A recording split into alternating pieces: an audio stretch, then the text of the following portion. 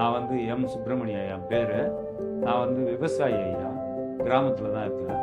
சாருக்கிட்ட வண்டியில் அடிபட்டு பைக்கில் கீழே வந்துட்டு சாருக்கிட்ட வந்து ட்ரீட்மெண்ட் எடுத்தார். எடுத்த பிற்பாடு ஒரு 2 மாதம் கழித்து அது எலும்பில் இருந்து நரம்புக்கு போயிடுச்சு.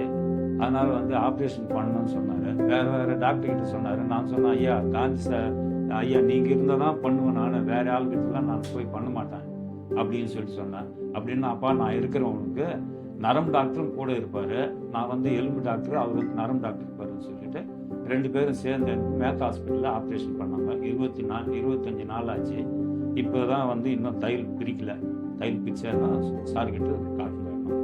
இப்போ வந்து கால் ஆப்ரேஷன் பண்ண பாட்டு நல்லா இருக்குது. எனக்கு சாரே தான் இன்றைக்கி வேற ஒருத்தர் கூட்டின்னு வந்து அளவு கொடுத்துருக்காரு. இந்த காலுக்கு வந்து அளவு கொடுத்துருக்காரு. இன்னும் 2 மாதம் பொறுத்து செயற்கை கால் பொறுத்துலாம் சொல்லியிருக்காரு ஐயா சார், காந்தி சார் சொல்லியிருக்காரு.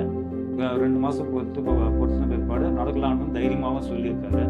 ரொம்ப காந்தி சாருக்கு ரொம்ப நன்றி.